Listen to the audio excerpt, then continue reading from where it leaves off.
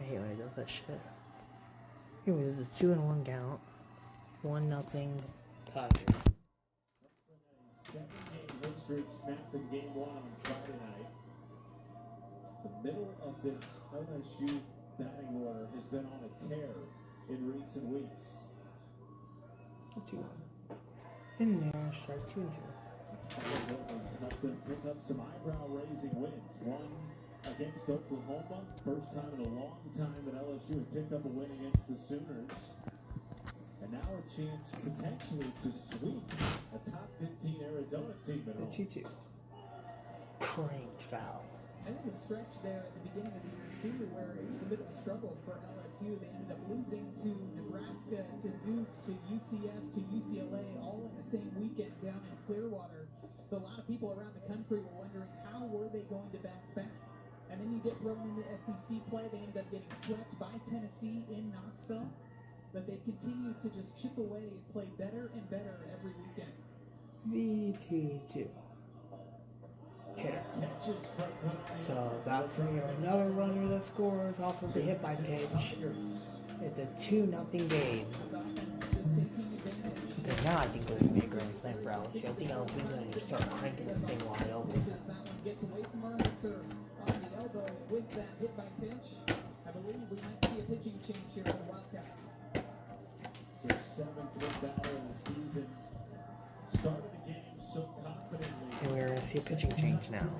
However, LSU has found something with patience and small ball at the plate. Bases loaded, runners will return. A pitching change for Arizona.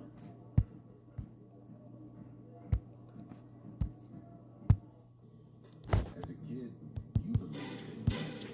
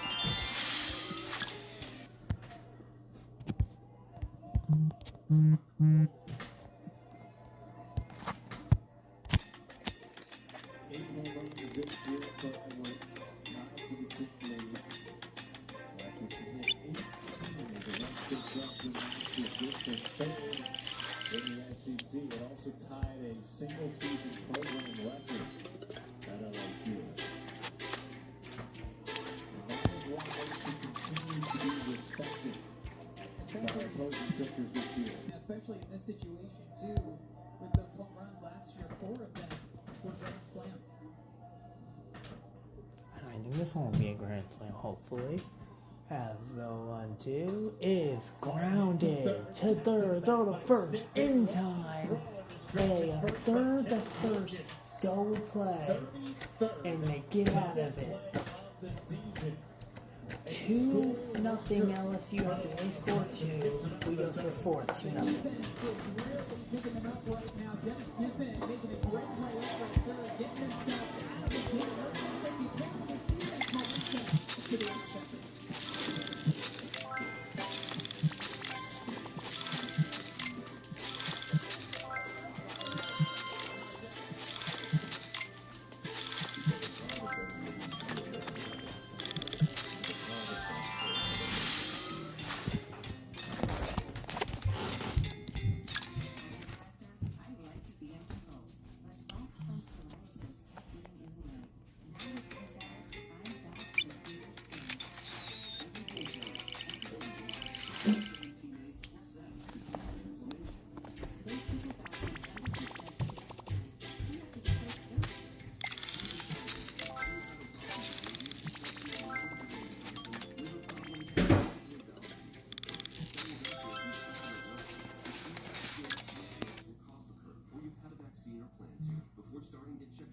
Tuberculosis and liver problems. Start to say I'm back to clear skin with Bimzelx. Ask your dermatologist if I've been zealous. Also approved for psoriatic arthritis and HS. The championship word is yacht more chicken? How many syllables? Yacht more chicken. Yacht more chicken. 4. EAT MORCHIKN. Eat more chicken. Correct?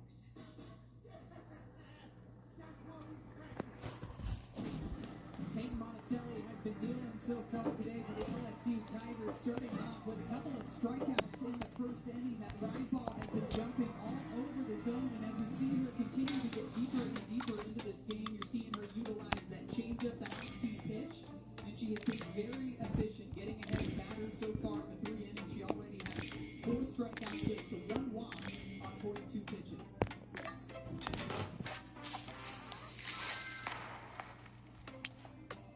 Transferring in from Oklahoma by way of Wisconsin. And as we alluded to earlier, this is a pitching staff that had to mix and match a little bit more this year. Sidney Berzon exiting in the offseason, transferring ironically to Oklahoma. And it was thought early in the year that, of course, Jaden Heavner would be the central piece. Tatum Clopton would rotate in, and then it was going to be a bit of a challenge for Beth to figure out who to mix and match where and when. Of course, we saw Jaden Heavner on night 1 go 7 innings. They've gotten tremendous pitching from CC Soloro as the sort of pseudo game 2 starter, and now Monticelli has emerged, Maddie, as a consistent third starting arm. Well, as we talked about earlier today, too, I just like the fact that all the pitchers on this LSU staff do something just a little bit different. Good play at shortstop by Kylie Edwards. Tell you what, Matt, these infielders just putting on an absolute clinic on these ground balls. This one's a tough one, too, because it's kind of that in-between hop off the bat that Serenity strikes. So as a shortstop, you have no other choice but to just go after it, because if you hang back and wait for that hop, Serenity's going to beat that out all day long. So you have no other choice but to charge it and hope that ball ends up in your glove. And she made that one look very easy on what can be a very difficult mid-hop on the run. Transferring in from Mississippi State. Has starred in her first season at LSU. Outside of Sydney Stewart, somebody who can get something going for Arizona in the 3 spot.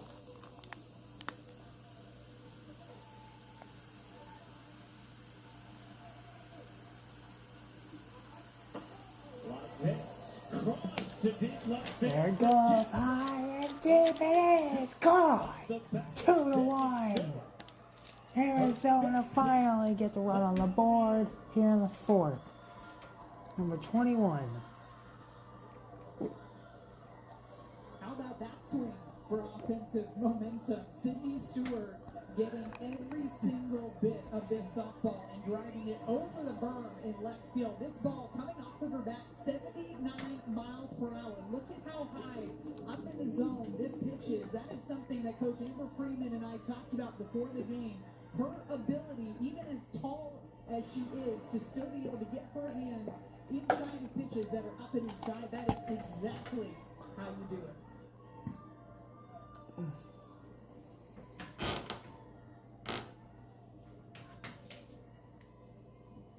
Reigning second-team All-American putting together another All-American type of season in Sydney Stewart. And keeping Arizona in striking distance here in Game 3 when they've already lost 2 games in the series. With the way that the wind's blowing today, I thought it was going to be very difficult for a ball to leave the yard, and that one, Not that ball. yeah, that one didn't stand a chance of staying in the yard. There are those flags, pretty much blowing straight in, too. Straight in 15 to 20 mile an hour gusts. Didn't matter on that hit. Wow.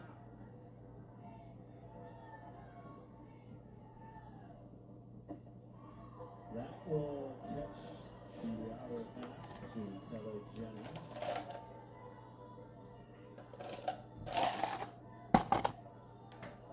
Three balls and a strike.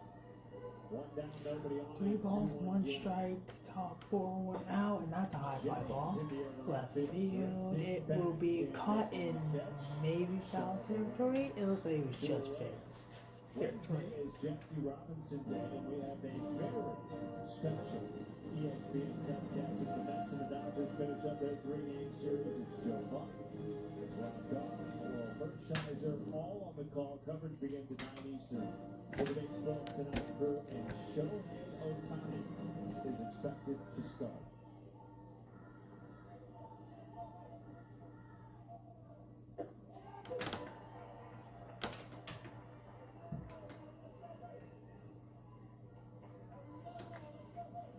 Two down for Jenna Sniffen.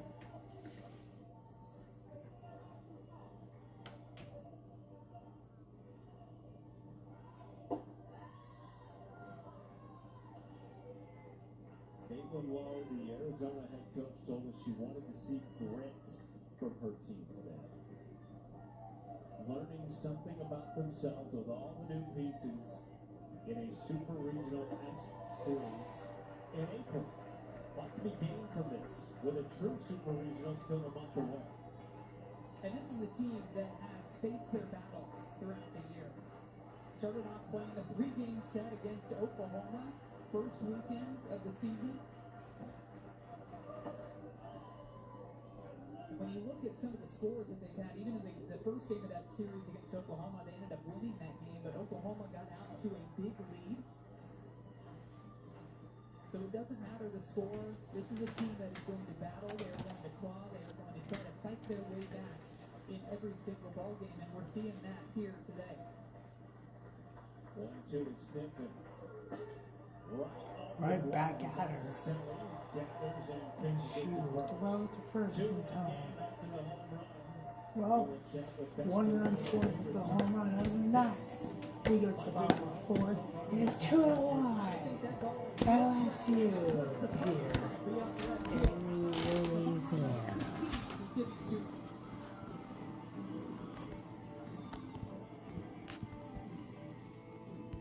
Did you know that with Walmart Express Delivery, prescriptions come in fast now?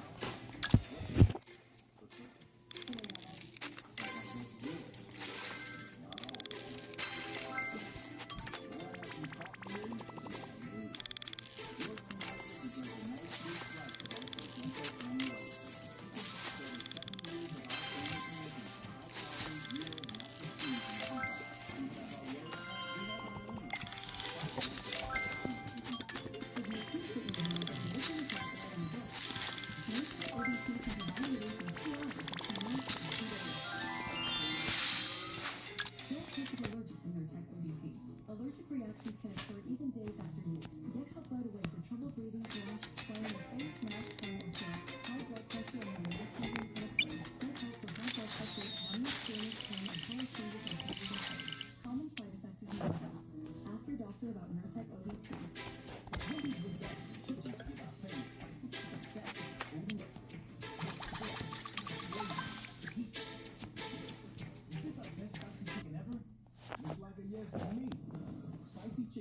got better and Wendy's.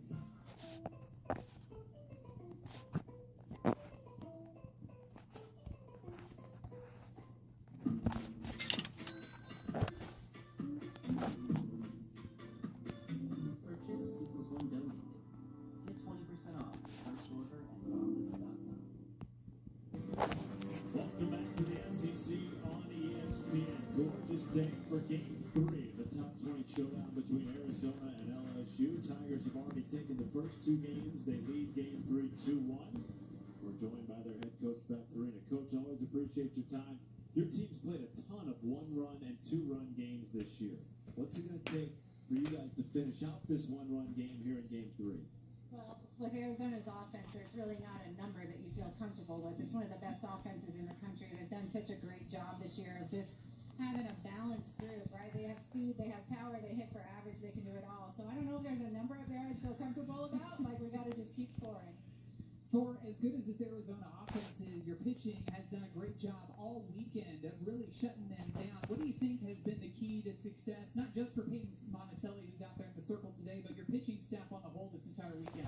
This pitching staff has just worked really hard. It just, each one of them owning what they do well. And like in combination, this group is really tough. And I'm super proud of them. You know, I think they were a little slow starting, but I think now they really understand who they are. And I've been really, really proud of how hard they've worked and the effort that they put in. And honestly, just today, reflecting back on yesterday and the teal and all the things about this place, just a lot of gratitude today for this community, for all those that came out and supported it and wore the teal, and just so many cool things about this place and this program. And, you know, as the legendary Coach Gerard would say, it's a beautiful day in the capital city. That it is. Coach, appreciate your time. Thank you. Thank you.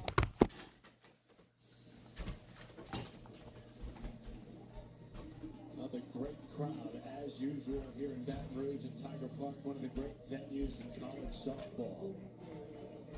Doesn't matter if it's a non-conference or a big weekend series in the SEC, they pack this park. You talk about Coach Farina and the feeling of gratitude that she has for this weekend and the Go Teal Walk yesterday morning that Arizona and their team also participated in. It's all for Alex weekend across the Southeastern Conference, and even teams beyond have joined in to support and remembering Alex Wilcox and the impact that she didn't just have on the Mississippi State program, but the softball world as a whole.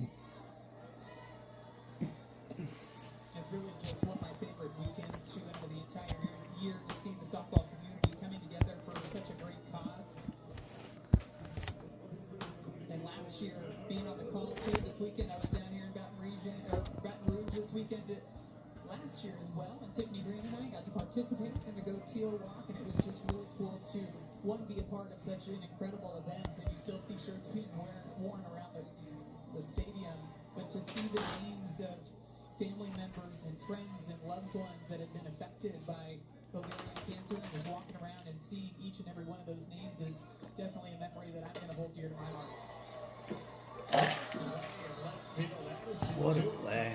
Who made a name for herself coming off the bench.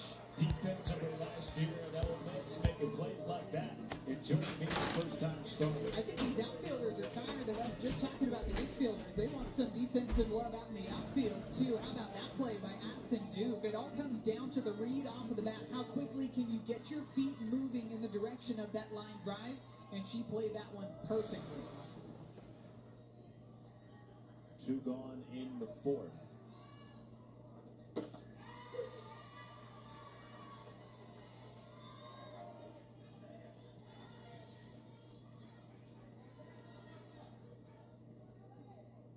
Oh, 1 count to Allie Hutchins.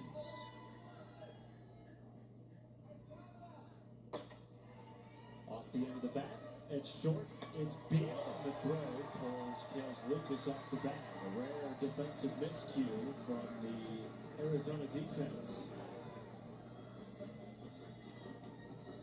Looked like you could see her kind of tapping her chest saying, my bad on that throw. She got to this ground ball in plenty of time. I'm wondering if she just didn't get a good grip on the softball when she went to go pick it up. Looks like it's maybe up on her fingertips. And so because of that, sails a bit up and arm side. A very rare miscue that you see for this Arizona defense. extends the inning for Avery Hodge.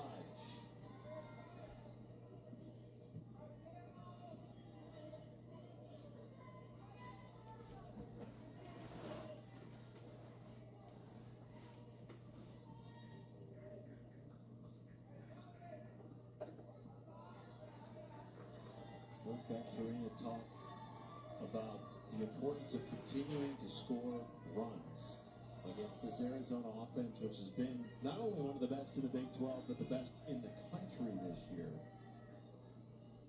LSU has lost their last 4 one-run games. Flared into left field, it'll be caught by Addison Duke. And so Jalen Adams pitches around the 2-out error.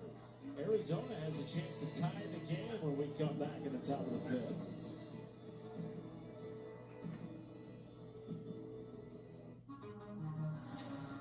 Taxes was so taxing.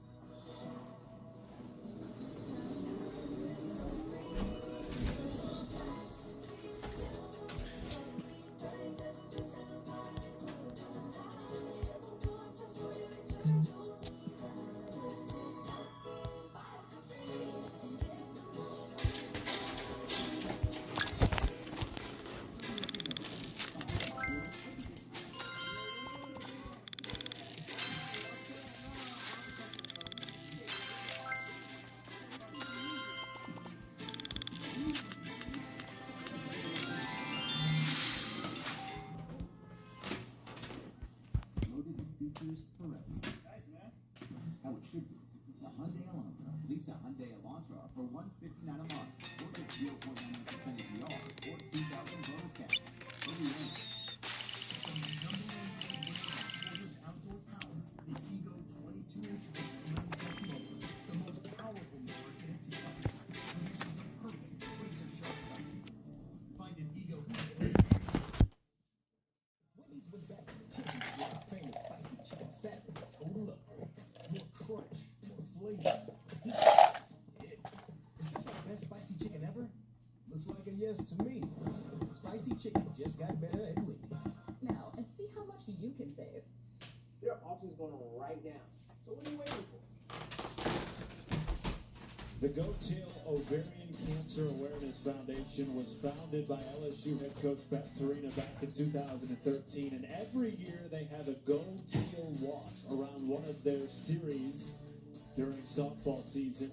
The Go-Teal walk was yesterday for Game 2 against Arizona, and as you can see, it was very well attended. One of the great philanthropic organizations here in Baton Rouge, and of course founded by Beth Torina, and now in connection with the All for Alex campaign after Alex Wilcox lost her battle with cancer in 2018, a former member of Mississippi State. Just such a wonderful way to remember the memory of Alice Wilcox and how much she meant to the softball community, but again to see the entire community coming together to support such a great cause and everybody wearing their teal and participating in the Go-Teal walk too. It's the one time where these softball players can put softball and competitiveness aside and join together arm in arm for a wonderful cause and to remember such an incredible human being like Alex Wilcox. Beth's mother, Betty, is a 13-year survivor of cancer, currently lives right here in Baton Rouge with her husband Steve. They regularly come to the games, and they are in attendance again today.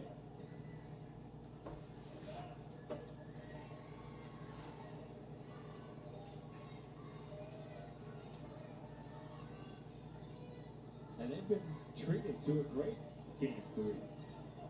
Nick Monticelli, just the lone blemish, a solo home run given up to Sidney Stewart. Otherwise, Maddie, she has been motoring. You know what? I wasn't sure what we were going to get out of today's game just because both of these teams have great offenses, they have great pitching staffs, they have great defenses, so we just weren't sure what we were going to be in store for today, but so far it's been really good on the defensive side of things and the pitching side of things, and a lot of credit to Nick Monticelli for the way that she's been able to mix in that changeup to shut down this offense.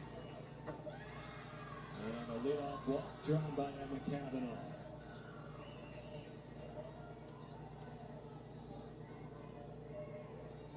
ESPN is now the home of MLB.TV. Stream every out-of-market game live or on demand using the ESPN app. Blackout and other restrictions apply. For more information, go to ESPN.com/MLBTV. Tez Lucas comes to the plate. They drop down a bunt, push Emma Cavanaugh over. That's been one of the struggles this weekend for the Wildcats, getting the leadoff runner aboard. And even the times that they've been able to get people on base, they just haven't been able to bring them in to score. Lucas flares it foul. It'll get out of play. Cats have hit just .218 in the series. They've been worse with runners in scoring position. A lot of runners being left on base for the Wildcats in this series so far. 16 total. And it's unexpected, really, for a Arizona offense that has been so good this year. We talked a little bit about some of the wins that LSU has. Arizona 2 wins over Oklahoma, Texas Tech, Stanford. They have put it together against some of the best competition. But been stifled a bit by LSU. That's a great play on the run. Being left by Char Lorenz, her throw a little late to Tori Edwards. First out of the inning. Nice play here, too. You can see Charlotte Lorenz having to come in really quickly. Tries to double her off over at first base. A pretty close throw over at first, too, for as deep as she was in the outfield. Had to charge that one to make sure that it didn't fall in the grass.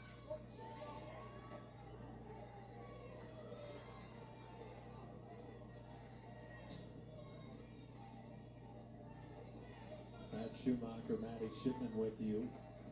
You were a great hitter. You played on teams with great hitters.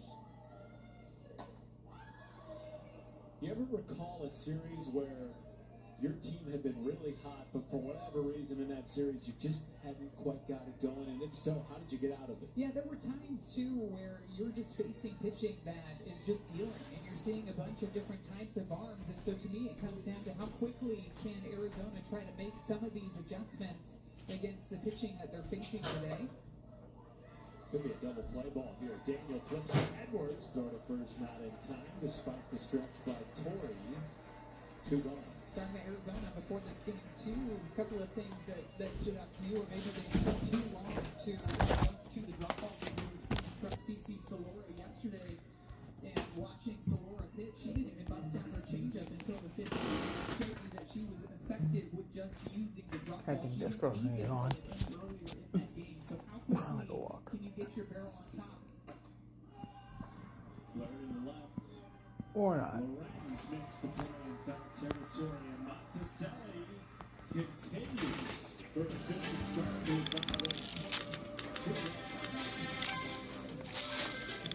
2-1 Tigers.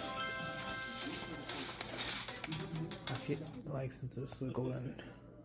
Who say the comfort in and splurge on matching fits for line dancing? Nice moves. Or this group, who value spending their extra green on the green. Whoa. Still going. Or at the Cambria Hotel where these co-workers team bonded for life. Those are temporary, right? Book direct at choicehotels.com.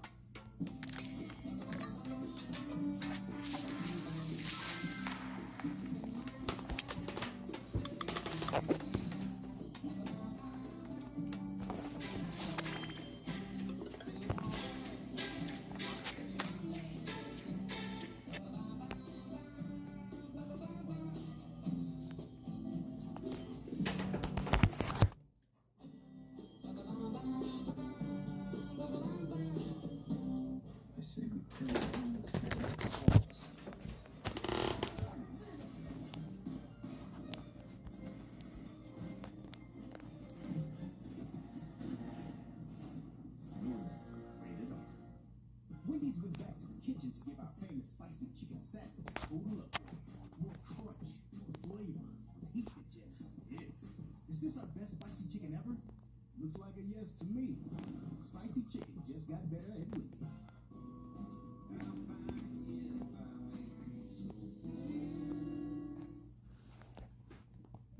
All the sacrifices have led them to the NCAA semifinal. We're one step closer to crowning a national champion. Coverage begins Thursday on ESPN.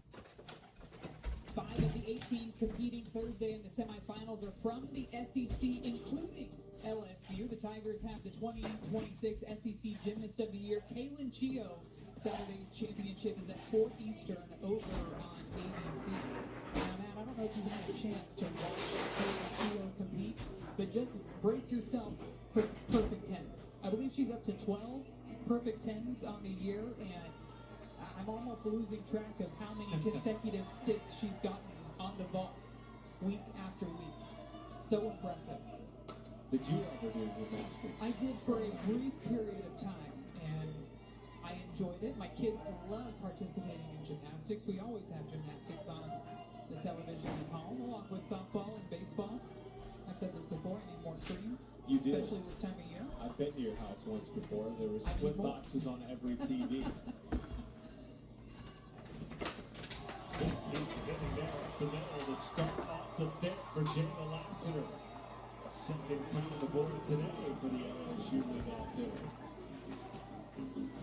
She's hit the ball hard today as well. She hit a line drive out to center field in her first at bat. This time it just gets past the diving glove of Taylor Beal over at shortstop. Looks like a curveball that was well outside.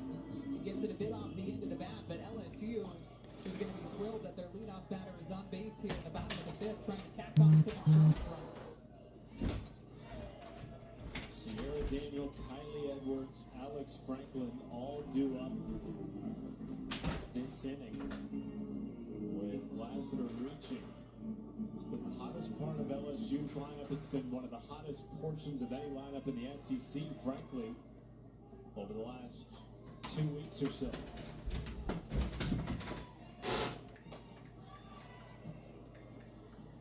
Vectorina told us coming into the series that this is a team with 11 new faces that is still battling the feeling of almost but not enough in one-run games. Won a bunch of them early in the non-conference against lesser competition. Have not quite gotten over the mountaintop against ranked opponents, against SEC foes.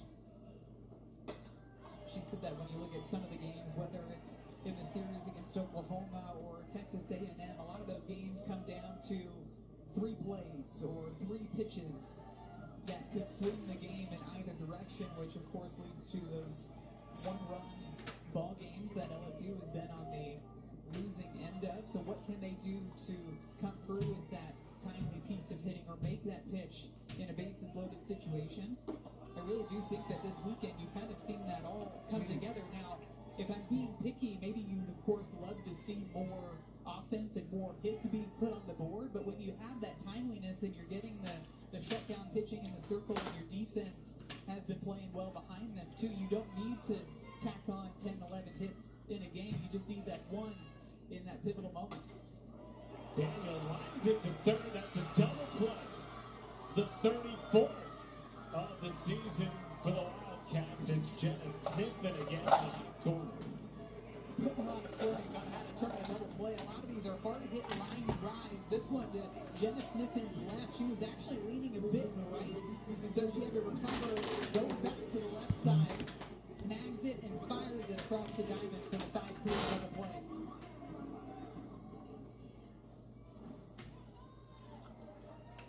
Wipes off the base runner. 2 gone now for Kylie Edwards in a one-run game in the bottom of the fifth.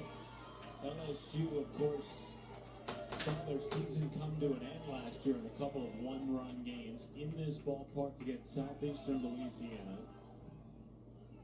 Made program rethink how they do things, rethink how they prepare, and get ready for postseason. And that's why this series means so much to both teams. And I think, too, for both of these teams, when you look at the way that they've played, you're going to have days where maybe your offense can't put up 10 hits, or maybe your pitching gives up a few more runs or a few more walks than they normally do, or maybe you're having an off day defensively, but what can you do to battle through and still come out with a win in those games. Edwards could drop for a base hit. It does in front of the diving Tele Jennings for a 2-out base knock for a second base hit of the day. And sometimes you just find the right spot on the grass. Kylie Edwards gets this one off of the end of the bat, and it drops right in front of the diving Tele Jennings coming in from right field. Great backup, though, by Reagan Shockey to get this one on the first hop. Fired it over to first base just to make sure that Kylie Edwards didn't try to sneak on over second. She has hit .367 this year with 2 outs. Best on the team and extends the inning now for Alex Franklin. One of the great stories out of the transfer portal is Kylie Edwards this year. Meanwhile, Franklin is a new face for LSU in many respects. Only played 2 games last year and had been an infielder her entire What's career. the weather going to be like Had a need tomorrow? in the outfield. Buenos dias, perrito. It's going to be cold. They say put on the high socks. The Raiders beat. She emerged in preseason and has not looked back. Started off the year, too, with a couple of triples, I believe, at opening weekend. And that's one way to make a statement the first weekend of the year. Showing off the power and the speed. Working her way in the lineup, batting right in between Kylie Edwards and Tori Edwards, too. An important piece in this LSU offense. 1-2 jam, diving play, won't get there in time. Sniffing with a good effort. She did everything she could to try to get to that foul ball, knowing that every single out and every single play is precious. Look at Lauren Lappin coming out of the dugout, too, assistant coach for Arizona. Sometimes you just can't tame those former softball player instincts. You just want to go out there and grab the ball. She had a good beat on it, too. She would have had it. Will your players to make the play. Yes.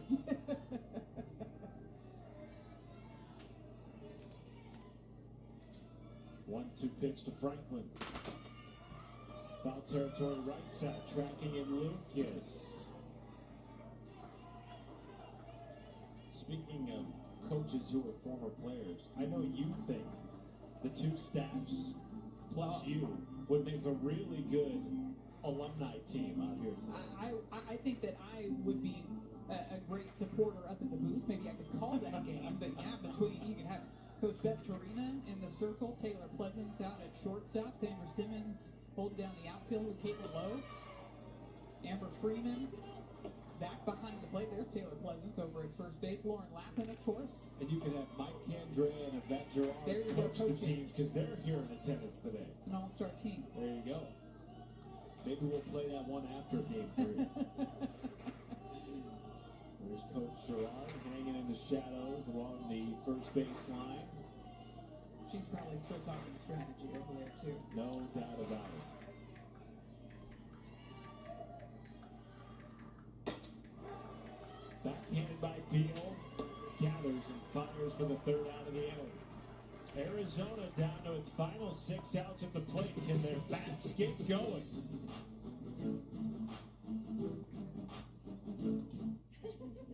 So, Jessica, is there anyone you like? Like anyone here? Oh my gosh, let's do home court explore. Yes, it helps you shop, quote, and buy the right clever thing, even if it's not with us. What do you think of this option? These look so good together. Don't hate me, I just told him that you're interested. You did not. Yes, I did. Oh, I know. Let's prank call each other. That's not how that works, Jamie. Good luck going after our fans. We have a 100th meal at McDonald's. You mean Soldier Boy's breakfast meal. Ours has Dominic McShaver fries. Ours has hash browns. Hash browns. Zoe! It's a battle for the fans. We love you! What? Now at McDonald's. Pick a meal. To pick a side. Don't fight. Kiss. Gardening season is now, and I I want to encourage you all to get out in that garden, wherever it is, wherever you want to grow something, the back terrace of your house, your windowsill, start gardening. So much good comes from gardening. If I spend a day in my garden nurturing the earth, I feel like I've accomplished something very, very good in life. And that's really what gardening is all about. Spring always arrives when you need it. Game 3 of OU Texas coming your way next on ESPN. Reese Atwood, the active career RBI leader in the NCAA, trying to help the Longhorns avoid the sweep. Of course, Texas, the reigning national champs. Oklahoma won it all in 2024. A great rivalry in series that we finally get regularly again in the regular season, now that Oklahoma and Texas are back in the SEC together. It's been all about the home runs for Oklahoma in that series, to Gabby Garcia and Kendall Wells with a home run yesterday. And congratulations to Kendall Wells, too, with her 31st home run of the season. That is a new NCAA record for freshmen with that 31st home run. 31. Yeah, imagine that. 31 home runs, and it's not even the end of April yet, which is insane. They haven't even played 40 games yet. Ella Parker and Isabella Emmerling also with a couple of home runs in Game 1.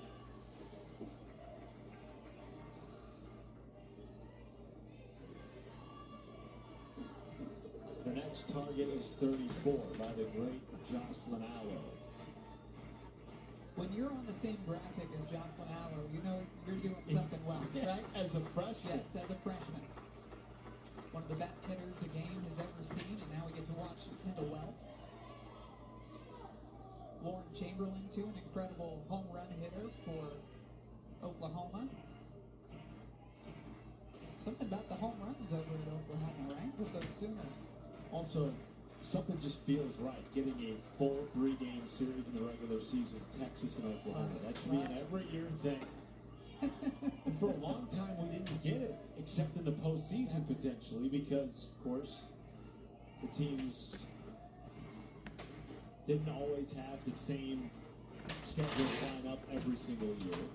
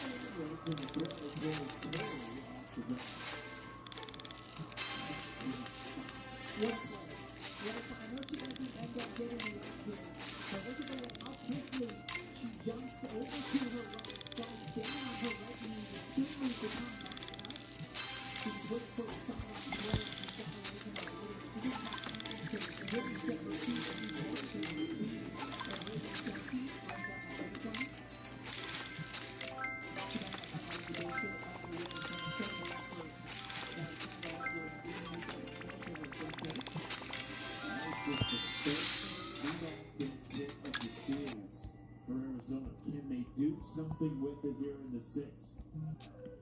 Top of the order at the plate for the Cats. Start to avoid a sweep at the hands of LSU.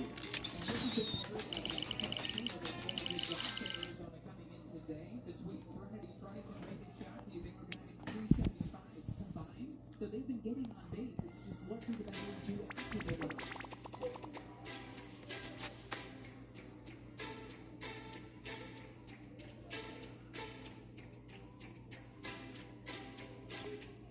Thinking ahead too, you don't want to have yourself in a position where you have to put pitches to Sydney Stewart either.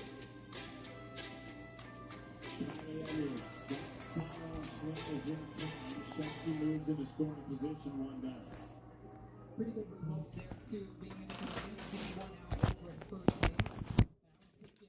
You do not want yourself in a position if you're LSU with runners on first and second, nobody away, with Sydney Stewart stepping up to the plate.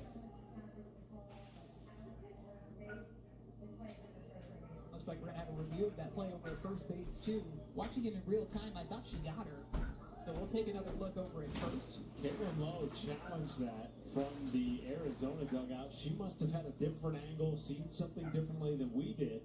I agree with you. I thought bang, bang play, but that the throw clearly beat the runner. Let's see, when does that glove start to close around the ball? It's actually a lot closer when I look at it in slow motion, too. Let's see from this angle. Yeah, I think she's out. Very, very close. Trice has great speed. And for as close of a play as it is, you're in the top of the sixth inning. Haven't used either one of your challenges, you might as well go for it. But I do think that this one is going to be confirmed as an out on the field, which was the call initially.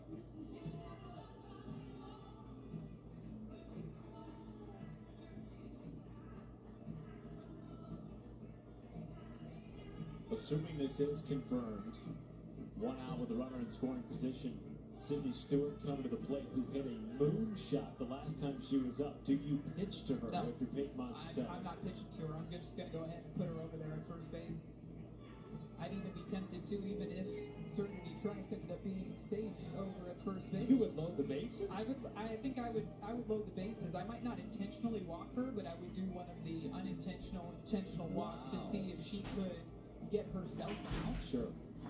Because she could change the game with one swing, especially if you have two runners on, and not to say that Taylor Jennings couldn't do the same thing. But I think you got a fly out and a strikeout from Taylor Jennings so far in this ball game against Monticelli. I wouldn't pitch to Sydney Stewart. After further review, the call in the field is confirmed. That is Arizona's first challenge. So first base will be open if Pete Monticelli wants to put Sydney Stewart there.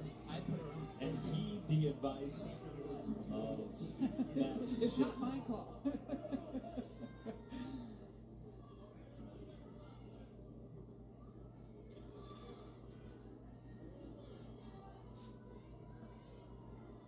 She does lead the team in homers and walks this year. Hit her 15th home run last time up.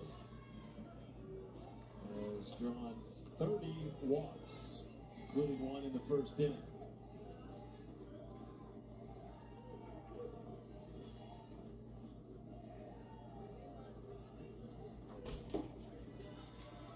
This looks like we're trending towards the old intentional, unintentional. That's what I think too. And it'd be different if she had hit a home run maybe on your second or third best pitch, but she took a rise ball that probably would have been called for a ball up in the zone, which is Monticelli's best pitch. Now she goes after her there. And it looked like she was telling herself to kind of slow things down a bit, maybe getting a little too excited to hit that ball out of the park, but she just launched that rise ball up and inside her last at bat.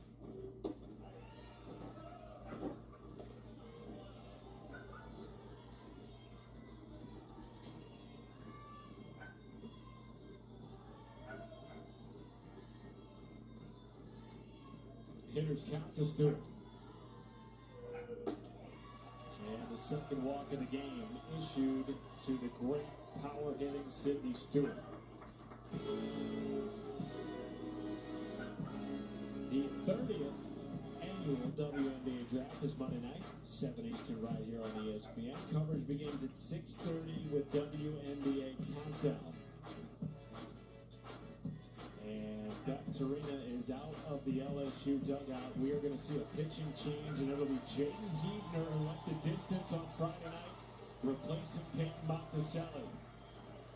We will take a break and return with 2 on and 1 out. Go ahead, run aboard for Arizona.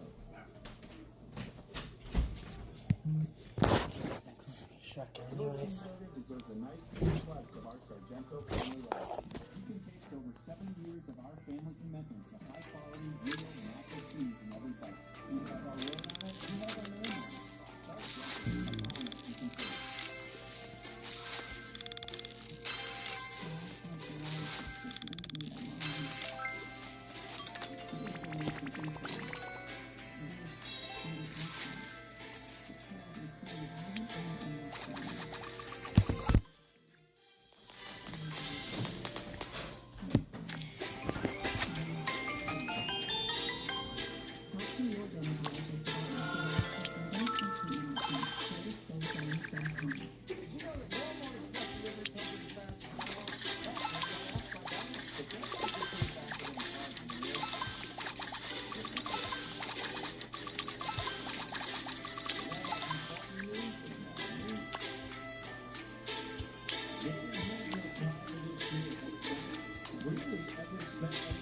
as a reliever, a true starter, the ace of this staff, but as the season has worn along, Matt has edged herself into that role at times when LSU is Finally, the benefit of getting a performance that LSU did out of CC Solora yesterday. You had Jaden Heidner throw in game 1 on Friday, so she doesn't have to throw yesterday, so you do have her at your disposal to be able to come in these specific situations, and I'd imagine, one, given Jaden Heidner's success, that's one of the reasons why Coach Petterina is bringing her in right now, too, but also, you've got the lefty-lefty matchup in this situation where Arizona is trying to fight their way back in the game, probably the best chance that they've had so far, and you bring in the lefty to face the lefty Jennings. Did a great job by Monticelli to shut down this offense.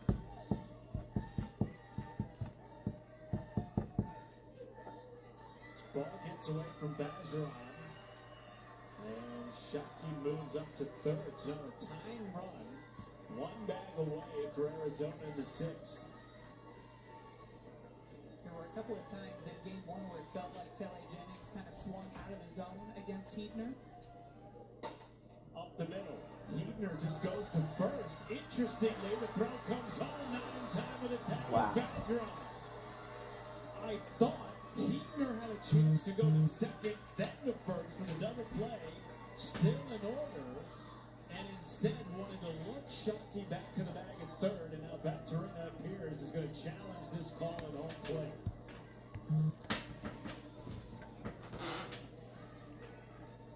LSU wants to challenge the safe call at home. This play is under further review. So a couple of things to unpack here. To your point, Matt, I thought for a second Heidner was going to throw the ball to third base. I thought she would have had Raven Shockey hung out over at third, and as soon as she released that ball over to first base, that's when Raven Shockey took off towards home. And from that view and from our view back here behind the booth, I thought she got her left hand in around that tag. Because she was diving in head first, you have a bit more control of your body, you have more control of where you end up swiping that home plate. Let's take another look at it here. Bergeron set up in front of the plate, gets the throw. I think she's safe. Safe by about 7 or 8 inches on that play. And after it, Bergeron shaken up a little bit. She's dealt with a host of injuries, many of them coming at the beginning of the season, finally feeling healthy. You hope that's nothing more than a nick that she can continue to play through. But great heads-up base running by Raven Shockey. Took the look from Heidner, and then as soon as Heidner spun to throw to first, she was down the third base line. Yeah, and hindsight's always 20/20, but I wonder how that play would have looked had Jaden Heidner just thrown the ball over to third base. And given, too, that she's left-handed, so she already has that angle going over towards third base. She decides to go to first, and Shockey, look at this dive, too. Such an athletic dive to avoid the tag, touch home plate. Great call by Dave Lanker, too. That's not the play. He seems to be all over it. From at least our views that I've seen, I think this call is going to stay completely on the field and safe. I have been wrong a time or two on reviews, though. It's good to see Macy back there. Game, at least for now.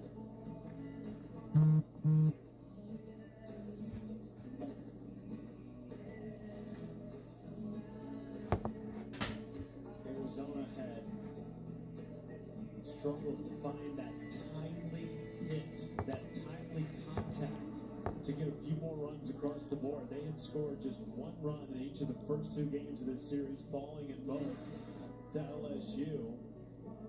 And while that wasn't a base hit, it was hard struck by Jennings. And she did her job. Put the ball in play and make LSU's defense make a decision. Here's the call after the challenge.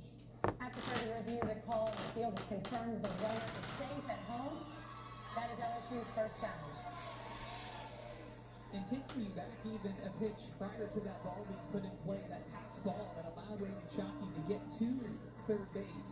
Just the little things in the moment don't feel all that big, but all of a sudden you look at how that affected the next play, and all of a sudden Raven Shockey is able to score on a ball that never even left the pitcher circle. And now the go-ahead run. It's scoring position. Sydney Stewart stands at second base, but they're going to pinch run for her. As Jenna Sniffen comes to the plate. Allie Daly, the pinch runner at second base. I think it's made double here in Arizona's gonna take the lead. What do I think, guys? Jenna Sniffen. Anyways, the pitch. Outside. 2-1.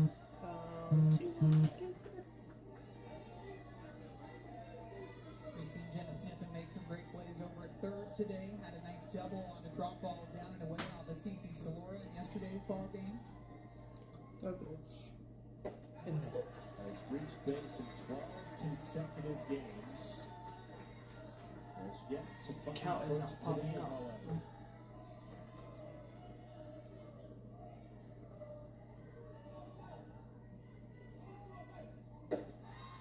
That's high. In addition to a defense, which you just alluded to, offensively, batting average is up nearly 70 points from her freshman year. 3-1. Yeah, it's a walk. 2 healer and Leon. With that walk too, she's going to extend that on base streak that she's got. I think they're gonna try to get the bases loaded. Pete Monticelli feeling it a little bit over the first base dugout. Pitched such a great game. Really had the one mistake. The solo homer to Sydney Stewart. Macy Bergeron seemingly in some discomfort here again. After that slide at home by Reagan Shockey to tie the game at 2. Looks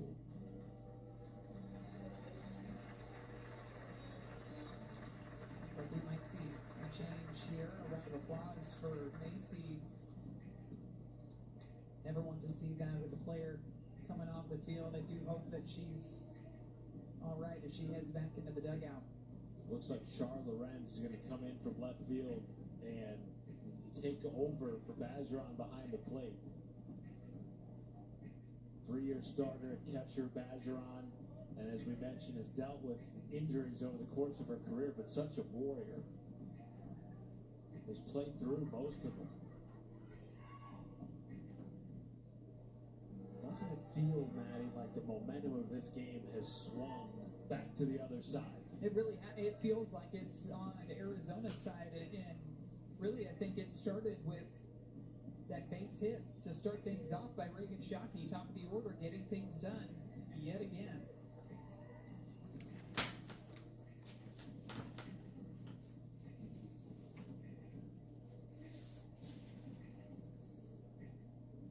Really tough to see Macy walking all the way over to the clubhouse there. Really hope that she's going to be okay. Best wishes going her way. So Charlotte Lorenz will take over behind the plate, the Louisville transfer, who played exclusively in the outfield last year, though she was a catcher for much of her youth career and through travel ball. They've gotten some innings down the plate this year, and they thought they would use her in that way to just spell Macy Bergeron at times, give her a breather in some of the midweek games. Meanwhile, Maddox McKee is out in left field.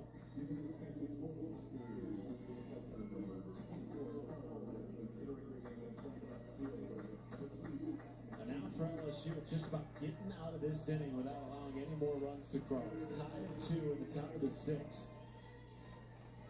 Tigers have already won the series. Going for the sweep today against Arizona. But a game that still has a lot of meaning for both teams. Postseason implications on the line for both. They really are neck and neck in a lot of the rankings that the NCAA committee uses. The line drive and a left is off the glove of Maddox McKee. Arizona takes the lead. 2 runs come in to score. 4-2 Cats. It never fails in this game now that as soon as you enter a ball game, you know the ball is going to find you. The ball finds Maddox McKee out there in left field. She decides to dive for this one, but because it was hit so hard, 74 to it too, so it dives straight down towards the grass. And Maddox McKee's not able to come up with it. And that's going to allow 2 more Wildcat runs to come across. And that is the piece of timely hitting that Arizona has been missing. And it comes off of the bat of Emma Kavanaugh.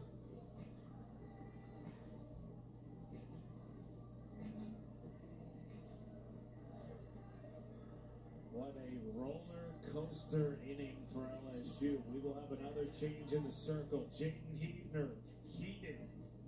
LSU loses the lead in the 6th.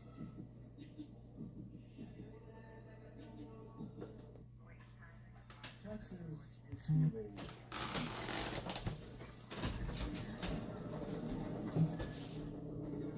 Now Texas is an open door, literally. The new TurboTax stores. Meet our experts in person. They're ready to do your taxes for you, so you can walk out with confidence. Now this is taxes. Into TurboTax. Don't wait. The road to the NBA Finals is happening now on ESPN and ABC. It's make or break now. Best on best now. Watch him say it with his chest now. Greatness is up for grabs. And the world is watching.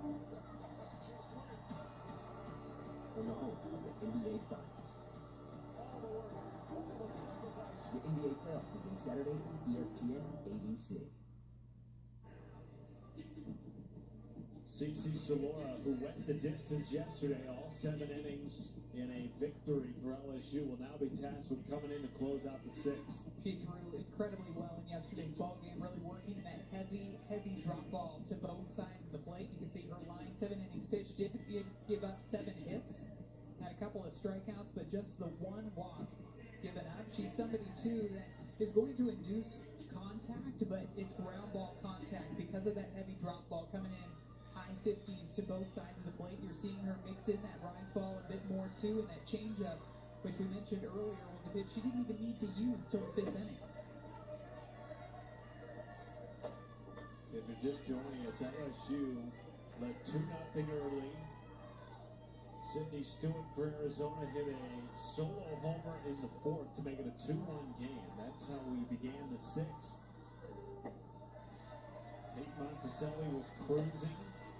Gave up the first leadoff base hit of the day to Arizona. Couple of walks sprinkled in, and then a sinking line drive into left field, driving in 2 runs after a effective change due to an apparent injury to LSU catcher Lindsey Aldridge. We have had all kinds of stuff going on here in the 6th. It's been a lot on top of the 6th inning, yes. for sure. 3rd LSU arm used this half inning. 2-2 count to Kez Lucas.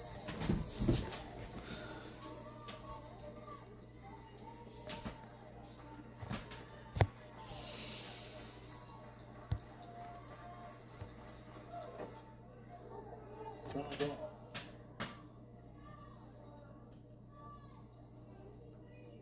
This is one of those series that both teams may look back on come selection time in May as the series that helped tip them to hosting a regional. Big strikeout for CeCe Salora. Can LSU battle back, show some grit? Now 4-2 as we head to the bottom of the 6th.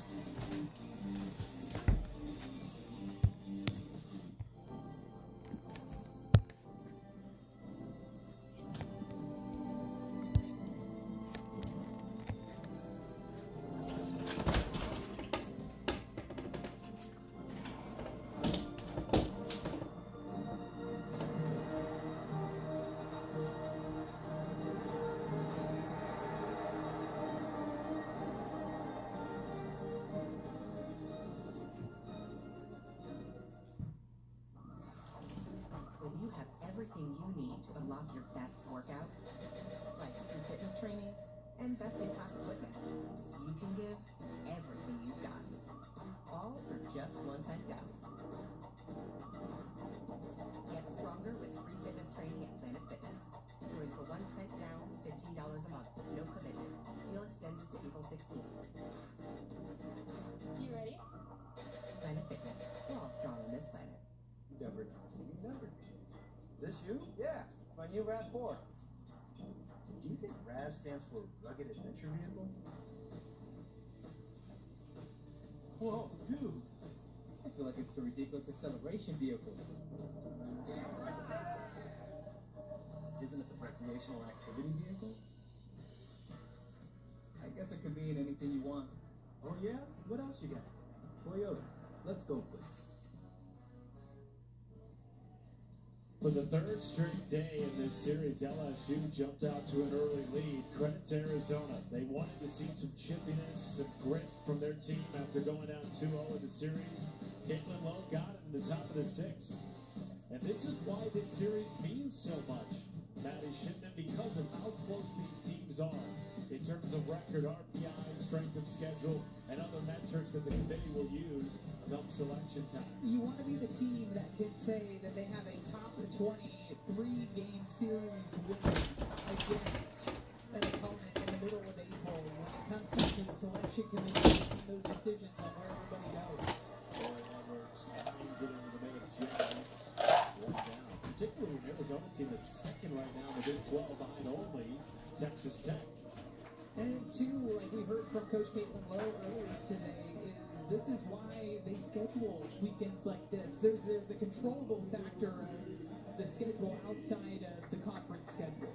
And being able to bring in a team like Arizona, or if you're Arizona traveling on the road to LSU, can only help better prepare your team for the postseason.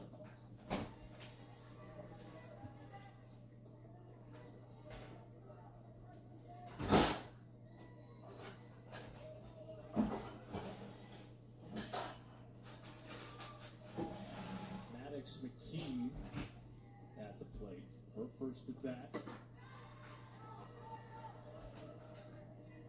This would have been Macy Bergeron, but she exited the game with 2 outs at the top of the sixth.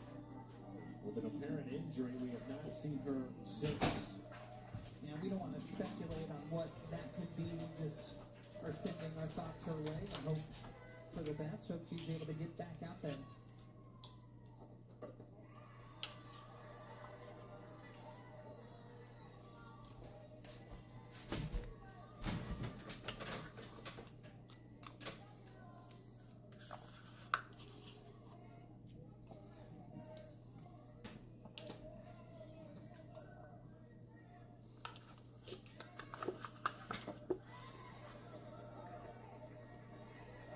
Be interesting to see how LSU responds here.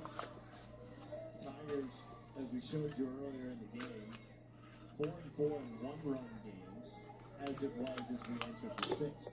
They've lost their last 4. They've played even more games decided by 2 runs or less. This team has been right there in so many of their top 25 games. Think back to the Texas A&M series. Beth Turner told us she felt like maybe they were 3 plays away from winning that series and even winning the Oklahoma series.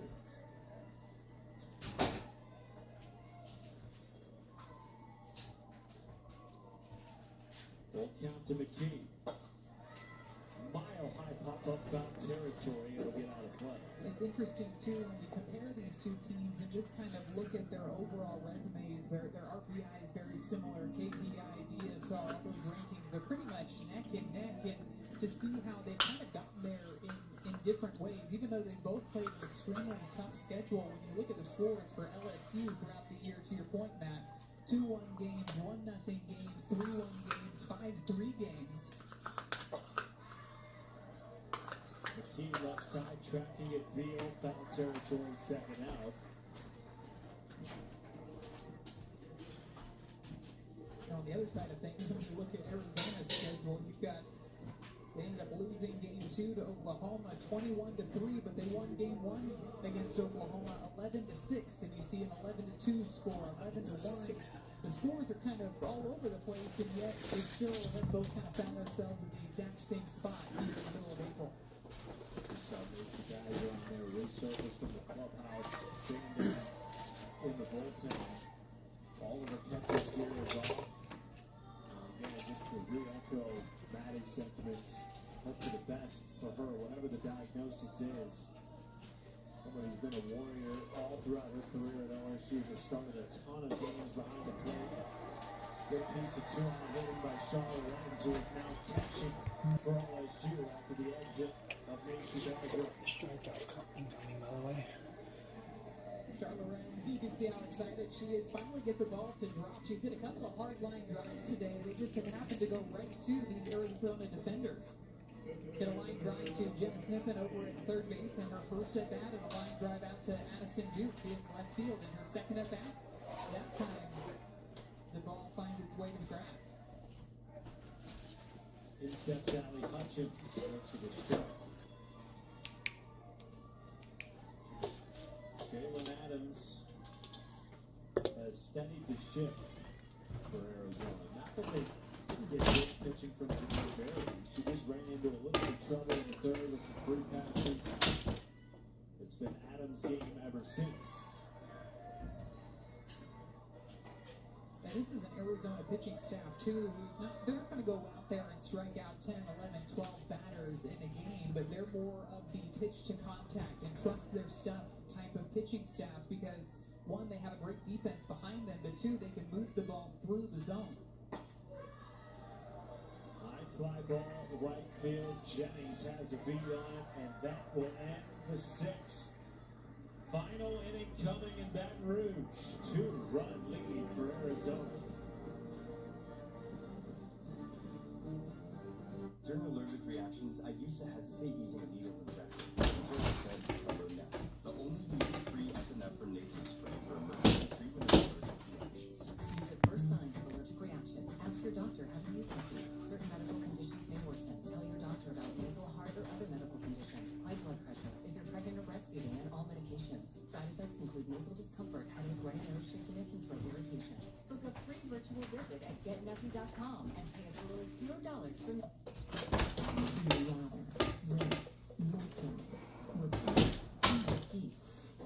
but it never feels like enough. It's not your promise. It's your water. Hard water leaves a mineral residue that clogs pores and dries out hair. Culligan water softeners remove damaging minerals, revitalizing brittle hair and dry skin. Upgrade your shower and skincare routine with Culligan, water you love. Hey guys, see anything in the clouds? That one kind of looks like a cat. Santa Claus eating a sandwich. That's specific. A car that sees what you can't. Yep, that's him. How it should be. The Hyundai Tucson. Lease a Hyundai Tucson for $239 a month, or get 0% APR for 60 months, or $3,000 bonus cash. Hurry in. At a fitting location near you. What's your number? TFC. You've never played like this before. Well, this game really turned on its head, Maddie, in the sixth. Arizona just put the ball in play, challenged this LSU defense. Well, you can see the ball not even leaving the infield until this double off of the bat of Emma Kavanaugh. But before that, it was a little bit of small ball. Just put the ball in play. Nice play by Kylie Edwards, too, on that first ground ball off of the bat of Reagan Shockey. Just the speed ends up beating it out, and that ultimately ended up being the catalyst for Arizona to put up 3 runs in the top of the 6th inning. Arizona trailed 2-1 entering the 6th. They played with 3 runs last half inning. They lead it 4-2 as we enter the final inning in Baton Rouge. I can't help but laugh a little bit when I look at these lines, too. Typically, you think if you have more hits, you're going to score more runs, but this series almost seems like the battle of the teams that you want to be the team that has the least amount of hits because you end up winning the game. LSU won 4-1 yesterday with 3 hits. This is laced to the center. It's caught by the wall. And over the shoulder grab. First out of the inning. Taylor Beal absolutely smokes this ball. This pitch is up a little bit more about belt high inside, and she ends up hitting it all the way out to center field. Great play by Jayla Lassiter out there to center. Cece Solora is absolutely loving it. That's a home run somewhere else today. Probably, yes, with the win. Dead from center field. Well played by Jayla Lassiter. Yeah, she made that look easy too, because that ball was smoked out to center field. We've had gusts of 15 to 20 miles an hour right in the batter's box. Grace Jenkins pinch hitting here in the 9th spot. Former Big East Player of the Year at UConn. Was an All-American catcher there, transferred to Arizona knowing she would not catch this year because of Cindy Stewart returning. Decided to come here anyway and be around some of the elite players in the game.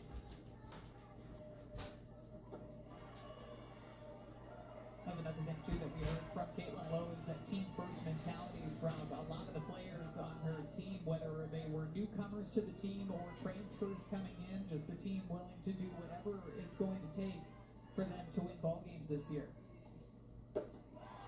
Check swing went around on the pitch from Cece Solora. 2-2. Take a look at the location of this pitch too, working that drop ball in on the hands. Jenkins even holds up so much or tries to that she loses the grip on the bat. Good pitch. Solora sinking in. Second out of the inning. Well, Wednesday is Jackie Robinson Day. We've got a very special ESPN telecast for you as the Mets and the Dodgers finish up their 3-game set. Joe Buck, Ron Darling, Oral Hershiser have the call. Coverage begins 9 Eastern with baseball tonight. And Shohei is scheduled to start. Off the end of the bat and off the glove of Hodge, and Reagan Shockey is going to beat that out almost every day. Somehow still Kylie Edwards ended up getting behind this ball. Looks like it ricochets off of Avery Hodge just a bit. Yet looked like it hit her foot, went right into the glove of Kylie Edwards. Nice job by Reagan Shockey. She has that split grip, has that barrel control, and flaps it over to the left side. It's her second infield single of the day. That's what she does. She, in Caitlin Lowe's words, tactically places the ball on the infield with that barrel control. Right here. Let Arizona take a 4-point lead. Serenity Trice. Never mind. It's going to the ball. First in time. LSU down to their final 3 outs. And we're going to go to the bottom of 7. Doing for the Tigers. Down 2. LSU down to their final 3 outs. Down by 2. It's the same class out there. A giant roller coaster filled with second best. Good old-fashioned chaos.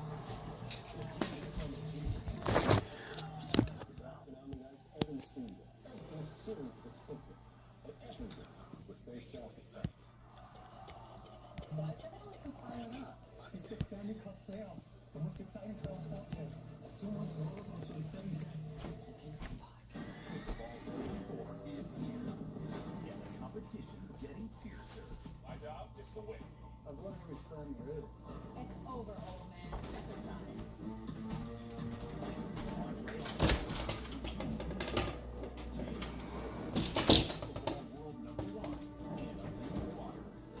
Emily who? It'll take me 5 minutes to be Agassi. Slam 4. Wednesday on ESPN and the ESPN app.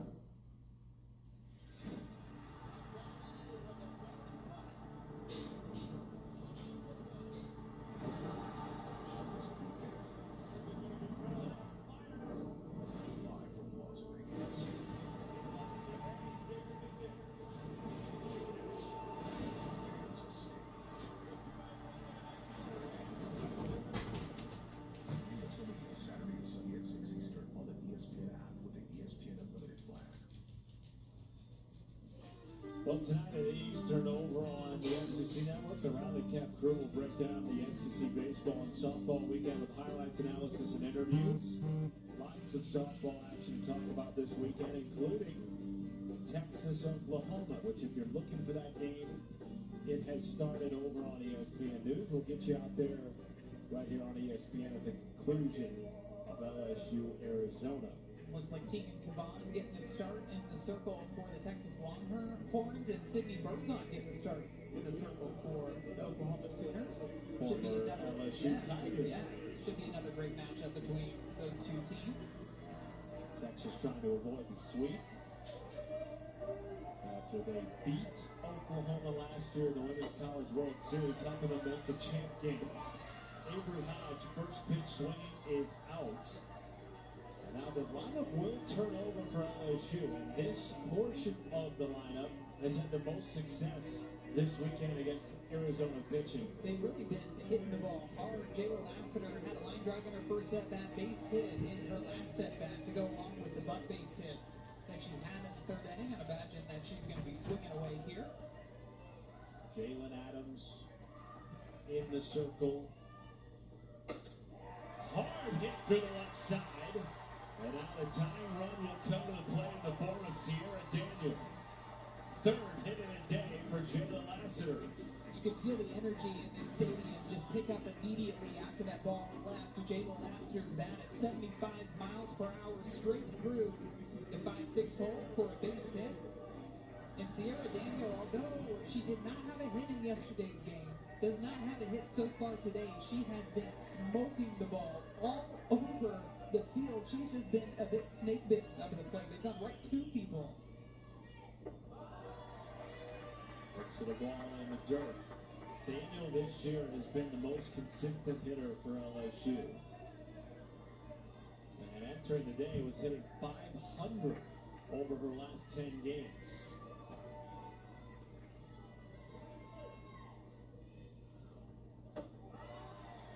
It can be tempting sometimes too when you're a bit snake bitten up at the plate to think, well, the one place that they can't defend the ball is if I launch it over the wall for a home run. Can be tempting to try to go there, but that's where you got to stick to the process. Stick to the process-oriented mindset.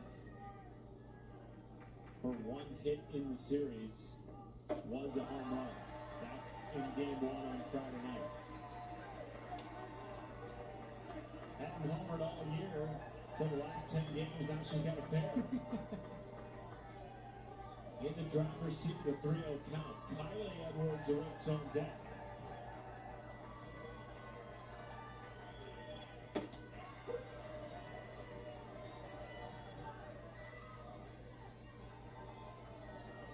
Tigers took the first 2 games of the series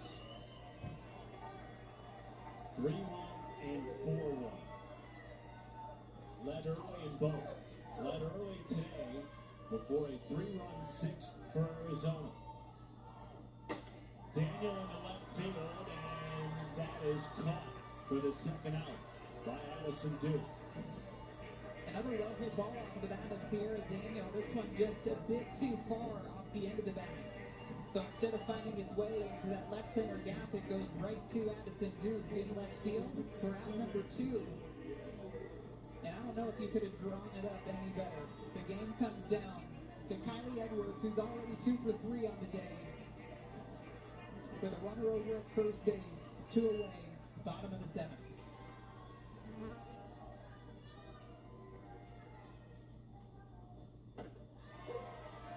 Has home run power. 8 bombs this year, tied for the team lead. Her average is up almost 100 points over the last month of the season.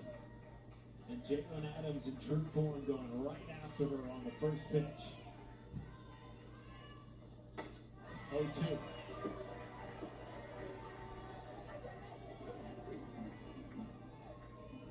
Should Edwards reach, Alex Franklin awaits on deck. She has already driven in 1 run in this game.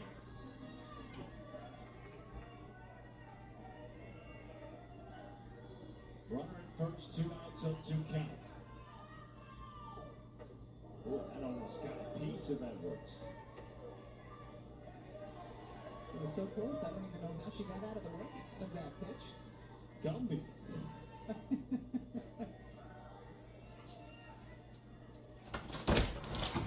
The one she can swing the bat, she wants it. First one hit by pitch. Goes after. Oh, game over. Strike three. LSU's gonna win it. I mean, Arizona's gonna win it 4-2. And takes game 3 in comeback fashion.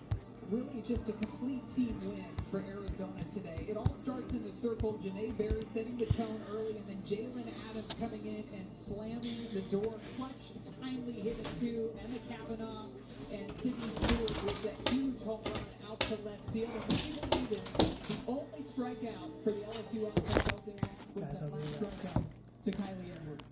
And wouldn't you believe it, the team with